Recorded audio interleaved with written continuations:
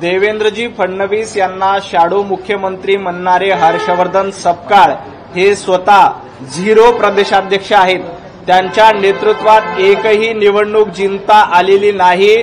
त्यांना मोठा भोपळा मिळालेला आहे। त्यामुळे हर्षवर्धन सपकाळ हे 0 प्रदेशाध्यक्ष आहेत। ज्या पद्धतीने राहुल गांधींचं नेतृत्व देशभरामध्ये अपयशी झालंय, त्याच पद्धतीने हर्षवर्धन सपकाळ यांचं नेतृत्व महाराष्ट्रामध्ये अपयशी झालेलं आहे। त्यामुळे हर्षवर्धन सपकाळ हे स्वतः बिग झिरो प्रदेशाध्यक्ष आहेत। त्यांनी भारतीय जनता पार्टीवर टीका करू नये। हर्षवर्धन सपकाळ यांच्या बोलवलेल्या बैठकीला काँग्रेसचे नेते स्वतः उपस्थित राहत नाहीत। काँग्रेसचे कार्यकर्ते हर्षवर्धन सपकाळ यांना किंमत देत नाहीत। त्यामुळे हर्षवर्धन सपकाळ यांनी स्वतः आपल्या पक्षामध्ये आपली काय किंमत आहे हे बघावं आणि मग भारतीय जनता पार्टीवर टीका करावी। स्वतः 0 असलेल्यांनी इतरांवर टीका करू नये। दुसरीकडे हर्षवर्धन सपकाळ असं म्हणतात की भाजपचं एकंदरीत कार्यप्रणालीवरती प्रश्नचिन्ह उपस्थित केलेलं आहे आणि भाजपकडून एकंदरीत पहिले 2 पक्ष फोडण्यात आले, आता शिंदेनाही संपवण्याचं काम केलं जातं। हर्षवर्धनजी, आपल्या काँग्रेस पक्षाची काय अवस्था झालेली आहे? देशभरामध्ये काँग्रेसला नाकारण्याचं काम आणि भारतीय जनता पार्टीला आशीर्वाद देण्याचं काम लोक करत आहेत। आपल्या पक्षामध्ये एक कार्यकर्ता, एक उमेदवार टिकत नाही। आपल्या पक्षाला एवढी मोठी गळती लागलेली आहे की आपल्याला नगरपालिकेला उमेदवार मिळत नाहीत, महापालिकेला उमेदवार मिळत नाहीत, अशा पद्धतीची अवस्था आहे। आणि तुम्ही धोकाधडीची भाषा हर्षवर्धन सपकाळ यांनी करू नये। उद्धवजी ठाकरे तुमच्यासोबत आले आणि आता उद्धवजी ठाकरेंना दूर करण्याचं काम, त्यांना बाजूला करण्याचं काम काँग्रेसनं मुंबईमध्ये केलं। मुंबईमध्ये काँग्रेसनं स्वबळाची भाषा यासाठी केली की ते उद्धव ठाकरेंना धोका देत आहेत। काँग्रेसची परंपरा ही मित्र पक्षांना धोका देण्याची आहे। बिहारमध्ये तेजस्वी यादव यांना राहुल गांधी यांनी धोका दिला। महाराष्ट्रामध्ये उद्धवजी ठाकरे यांना हर्षवर्धन सपकाळ धोका देणार आहेत। त्यामुळे धोका देण्याची आणि मित्र पक्षांना संपवायची परंपरा काँग्रेसची आहे। ते असं म्हणाले की भारतीय जनता पार्टीला दुधात खडा टाकल्यानंतर त्याचं कलाकंद करण्याचं माहिती आहे। अहो हर्षवर्धनजी, तुमची जिलेबी फसलेली आहे। तुमची जिलेबी नासवण्याचं काम या देशातील जनतेनं बिहारच्या निवडणुकीमध्ये, लोकसभेच्या निवडणुकीमध्ये केलेलं आहे। त्यामुळे तर तुमची जिलेबी कुठेही यशस्वी होत नाही। त्यामुळे अशा पद्धतीची भाषा वापरू नका। आमच्या काळामध्ये पुण्याला पुण्यनगरी म्हणून ओळखलं जायचं, मात्र फडणवीस सरकारमध्ये आता कोलका नगरी म्हणून पुण्याची ओळख केली अशी टीका ते करू शकतात। खरं तर पुण्याची बदनामी करण्याचं काम हर्षवर्धन सपकाळ यांनी करू नये। पुणे ही पुण्यनगरी होती, आहे आणि राहणार आहे। देवेंद्रजी फडणवीस हे सक्षम गृहमंत्री आहेत। अशा पद्धतीनं पुण्याला जो कोणी बदनामी करेल, पुण्यामध्ये ज्या काही गँग आहेत त्या संपवण्याचं काम देवाभाऊ आणि गृह खातं निश्चितपणे करतंय। याआधी देखील अशा पद्धतीनं कोयता गँगवर कारवाई करण्याचं काम देवेंद्रजींनी केलेलं आहे। परंतु हर्षवर्धन सपकाळ जाणीवपूर्वक पुण्याची बदनामी करतायत। का करतायत? तर पुण्यामध्ये काँग्रेसचा एकही आमदार आणि खासदार निवडून आला नाही। त्यामुळे पुणे नगरीची बदनामी करण्याचं काम हर्षवर्धन सपकाळ यांच्या मार्फत सुरू आहे। पुणेकर हे यशस्वी होऊ देणार नाहीत। अक्कलकोटमधील काँग्रेसचे जे नगर परिषदेचे नगरसेवकाचे उमेदवार आहेत ते सहलीवर गेलेले आहेत। ते तालुकाध्यक्ष आरोप करतात की भाजपकडून सत्ताधारी पक्षांकडून एकंदरीत उमेदवारी अर्ज मागे घेण्यासाठी अशा प्रकारे दबाव आणून उमेदवारांना बाहेर पाठवलं जातं। भारतीय जनता पार्टीच्या कुठल्याही कार्यकर्त्याला किंवा नेत्यांना कुणावरही दबाव आणण्याची गरज नाही, कारण जनतेचे आशीर्वाद भारतीय जनता पार्टीच्या सोबत आहेत। त्यामुळं कुणाला आमिष दाखवणं, कुणाला कुठे घेऊन जाणं हे भारतीय जनता पार्टीची परंपरा नाही। जनतेचे आशीर्वाद आमच्या सोबत आहेत। काँग्रेसनं किंवा इतर पक्षांनी असे आरोप करण्याच्या ऐवजी आपल्या पक्षामध्ये काय सुरू आहे याचा विचार करावा। उरण नगर परिषदेमध्ये भाजपकडनं उर्दू भाषेमध्ये प्रचार पत्रक जी आहेत ती वाटली जातात। यावरतून खरंतर रईस शेख असतील, वारिस पठाण असतील हे आरोप आता भाजपवरती आरोप करताना पाहायला मिळतात की ज्या मुस्लिम लोकांना दुय्यम दर्जाची वागणूक भाजपकडनं दिली जाते, आता त्याच मुस्लिम मतांकरता हे अशा पद्धतीने प्रचार करणे योग्य आहे का, अशा पद्धतीचा सवाल उपस्थित करतात। ज्यांनी स्वतः सरकार असताना मराठी भवनाची जागा काढून उर्दू भवन बांधण्यासाठी पुढाकार केला, ज्यांनी स्वतः वंदनीय बाळासाहेब हिंदू हृदयसम्राट बाळासाहेब ठाकरे यांना जनाब बाळासाहेब ठाकरे असं म्हणणं संबोधित केलं, ज्यांनी स्वतः पसायदान स्पर्धाच्या ऐवजी आजांची स्पर्धा सुरू केली होती, अशांना भारतीय जनता पार्टीवर आरोप करण्याचा अधिकार नाही। आम्ही कुठल्याही भाषेचा द्वेष करत नाही, परंतु फक्त मतांसाठी एकाच धर्मांचं लांगुल चालन करायचं आणि हिंदूंना बदनाम करायचं, हिंदूंचा द्वेष करायचा। जो कोणी या देशामध्ये हिंदूंचा द्वेष करत असेल आणि मतांसाठी अल्पसंख्याक लोकांचं लांगुल चालन करत असेल त्याला आमचा विरोध आहे। ज्यांनी स्वतः मराठी भवन नाकारून उर्दू भवन बांधलं होतं, ज्यांनी स्वतः उर्दूमध्ये कॅलेंडर काढले होते, ज्यांनी स्वतः कॅलेंडरमध्ये जनाब बाळासाहेब ठाकरे असा उल्लेख केला होता, ज्यांनी स्वतः अशा पद्धतीचं एका विशिष्ट धर्माचं लांगुलचारण केलं होतं, आजान स्पर्धा आणि नमाज पठण स्पर्धा तुम्ही भरवल्या होत्या, तुम्हाला या मुद्द्यावर बोलण्याचा अधिकार नाही। शिंदे मंडळ नाराज झालं आहे असं सामनातून शिंदेमध्ये टीका करण्यात आली आहे। भाजपमुळे एकंदरीत मिंड्यांची कुचंबना सुरू आहे असंही म्हटलं जातं। खरं तर एकनाथजी शिंदे हे लोकांनी निवडून दिलेले उपमुख्यमंत्री आहेत। शिवसेना शिल्लक सेना जी आहे, शिल्लक शिवसेनेपेक्षा एकनाथजी शिंदे यांना जास्त जागा मिळालेल्या आहेत आणि लोकांनी खरी शिवसेना कोण आहे यावर शिक्कामोर्तब केलंय। सामनानी आपल्या शिल्लक शिवसेनेचा विचार करावा। आपली शिल्लक सेनेची अवस्था काय आहे? महाराष्ट्राच्या विधानसभा निवडणुकीमध्ये 90 जागा शिल्लक सेनेने लढल्या, त्यापैकी फक्त 20 जागा शिल्लक सेनेला निवडून आणता आल्या।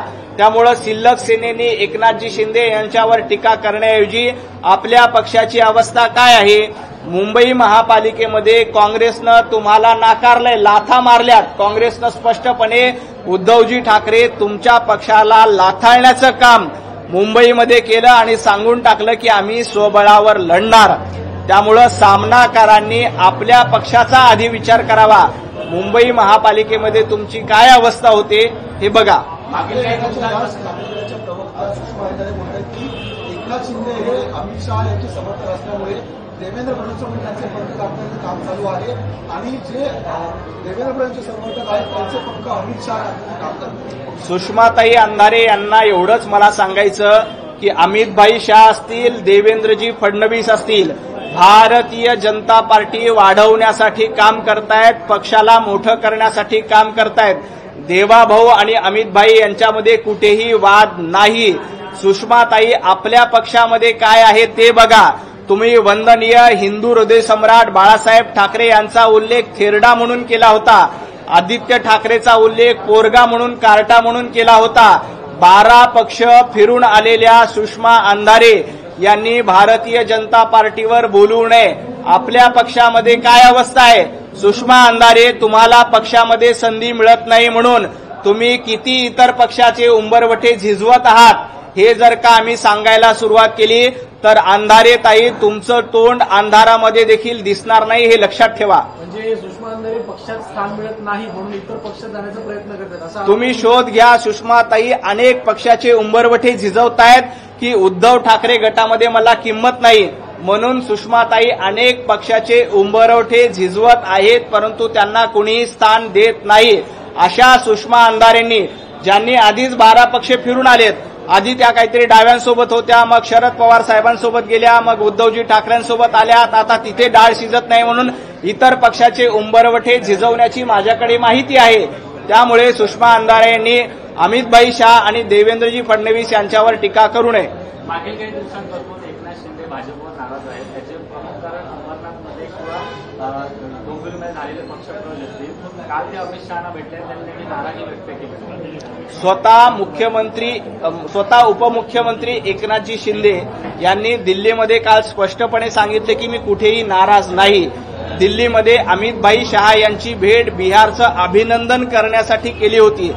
असं असताना सूत्रांच्या आधारे, सूत्रांचे सूत्रधार बेकार बातम्या आणि खोट्या बातम्या पेरण्याचं काम काही लोक करतायत। या मागे या सूत्रांचे सूत्रधार नेमके कोण आहेत आणि या कळसूत्रचे सूत्रधार कोण आहेत याचा शोध घेण्याची गरज आहे। एकनाथजी शिंदे यांनी स्वतः सांगितलं की आम्ही भारतीय जनता पार्टीवर नाराज नाही। जो काही वाद होता तो मुख्यमंत्री देवाभाऊंनी मिटून टाकलेला आहे असं असताना काही लोक जाणीवपूर्वक बातम्या पेरण्याचं काम, सूत्रांच्या आधारे अशा पद्धतीच्या बातम्या पेरून महायुतीमध्ये भांडण लावण्याचं काम काही लोक करत असतील तर त्याचाही शोध घेतला पाहिजे. कारण हे सूत्रांचे सूत्रधार कोण आहे, कोण कोण कशा पद्धतीनं बातम्या पेरतय आणि कशा पद्धतीनं महायुतीमध्ये खडा टाकण्याचा प्रयत्न करतय याची पूर्ण माहिती आमच्याकडे आहे. अशा पद्धतीनं एकनाथजी शिंदे यांनी काल स्वतः पत्रकार परिषदेमध्ये सांगितलं की आम्ही कुठेही नाराज नाही. भारतीय जनता पार्टीची किंवा प्रदेशाध्यक्ष रवींद्रजी चव्हाण यांची तक्रार करण्यासाठी मी अमित भाईकडे आलो नाही, तर बिहारच्या विजयाबद्दल अभिनंदन करण्यासाठी मी आलोय, असं स्वतः उपमुख्यमंत्री एकनाथजी शिंदे यांनी बाईट देऊन स्पष्टपणे मीडियाला सांगितलं. असं असताना काही लोक सूत्रांच्या आधारे जाणीवपूर्वक ह्या बातम्या पेरतायत आणि या सूत्रांचे सूत्रधार कोण आहे याचा शोध आम्हाला घ्यावा लागेल. आणि या सूत्राचे सूत्रधार समोर आल्यानंतर महायुतीमध्ये कोण मिठाचा खडा टाकण्याचा प्रयत्न करतंय या सगळ्यांचा कारभार निश्चितपणे उघड होईल. महायुतीला अशा पद्धतीने बदनाम करण्याची सुपारी कोणीतरी दिली असं वाटतं? निश्चितपणे काही लोकांनी सुपारी घेऊन अशा पद्धतीनं महायुतीची बदनामी करत असाल तर महायुती कधीही बदनाम होणार नाही. देवेंद्रजी फडणवीस, एकनाथजी शिंदे आणि अजितदादा पवार एकत्र आहेत. आम्ही जास्तीत जास्त ठिकाणी महायुती म्हणून लढतोय, परंतु अनेकांच्या हे पोटामध्ये दुखतंय. त्यामुळे सुपारी देऊन अशा पद्धतीची सूत्रांच्या माहितीद्वारे बातम्या देऊन सूत्रांचे सूत्रधार शोधण्याचं काम सुरू आहे. आणि हे जेव्हा सूत्रधार समोर येईल तेव्हा त्यांची पळताभुई थोडी होईल, हे लिहून घ्या. तुम्ही ज्या पद्धतीने सांगताय की सूत्रांच्या सूत्रधाराच्या माध्यमातून हे सगळं होतंय, 2 दिवस असं चित्र निर्माण केलं गेलं की रवींद्र चव्हाणांवरती शिवसेना नाराज आहे, शिंदे नाराज आहेत. दुसऱ्या बाजूला काल कोकणामध्ये शिवसेनेचे नेते आणि उद्योगमंत्री उदय सामंत यांनी मात्र रवींद्र चव्हाणांचं तोंड भरून कौतुक केलंय. आपल्या कोकणातला माणूस एका मोठ्या पक्षाचा अध्यक्ष होतो याचं आम्हाला कौतुक आहे आणि रवींद्र चव्हाण मानाने आणि पदाने आमच्यापेक्षा मोठे आहेत असं त्यांनी म्हटलं. खरं तर स्वतः उपमुख्यमंत्री एकनाथजी शिंदे यांनी देखील स्पष्ट केले की आमची भारतीय जनता पार्टी किंवा प्रदेशाध्यक्ष आदरणीय रवींद्र चव्हाणजी यांच्याबरोबर कुठलीही नाराजी नाही. काल स्वतः उदय सामंत यांनी देखील रवींद्र चव्हाण यांचं तोंड भरून जाहीरपणे कौतुक केलं. आम्ही मित्र म्हणून एकमेकांच्या सोबत आहोत, एकमेकांना साथ देण्याचं काम, एकमेकांना सोबत घेऊन पुढे जाण्याचं काम आदरणीय रवींद्र चव्हाणजी हे नेहमीच करत असतात. आणि मुख्यमंत्री देवेंद्रजी फडणवीस, एकनाथजी शिंदे, अजितदादा पवार हे एकमेकांना सोबत घेऊन पुढे जाण्याचं काम करतायत. परंतु महायुतीचं हे यश, महायुतीची एकी काही लोकांना दिसत नाही. त्यामुळं सुपारी घेऊन अशा पद्धतीनं महायुतीला बदनामी करण्याचा प्रयत्न, सूत्रांच्या माहितीच्या आधारे काही बातम्या पेरण्याचा प्रयत्न काही सूत्रधार आणि कळसूत्रीचे बाहुले करण्याचा प्रयत्न करतायत. परंतु त्यांचा हा प्रयत्न यशस्वी होणार नाही. आम्ही महायुती म्हणून भरभक्कम आहोत आणि कुठेही आमच्यामध्ये वाद नाहीत.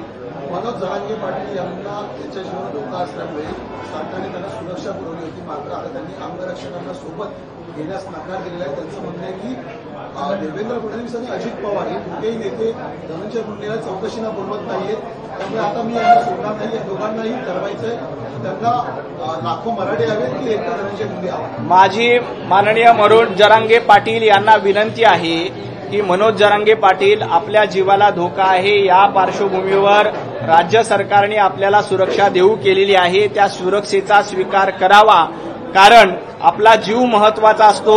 आपण आंदोलन करताय, आपण एका समाजाचं नेतृत्व करतायत, अशा परिस्थितीमध्ये आपली सुरक्षा महत्वाची असते.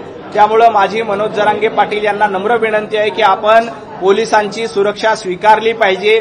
जे काही मतभेद असतील ते चर्चेतनं निश्चितपणे दूर केले जातील. मुख्यमंत्री देवेंद्रजी फडणवीस हे कुणालाही पाठीशी घालत नाहीत, कारण ते न्यायाच्या मार्गाने आणि लोकांना अधिकार मिळाले पाहिजे, लोकांसोबत राहण्याचं काम देवाभाऊंनी सातत्यानं केलंय. त्यामुळे जरांगे पाटील यांनी ही सुरक्षा स्वीकारली पाहिजे असे माझी त्यांना विनंती आहे.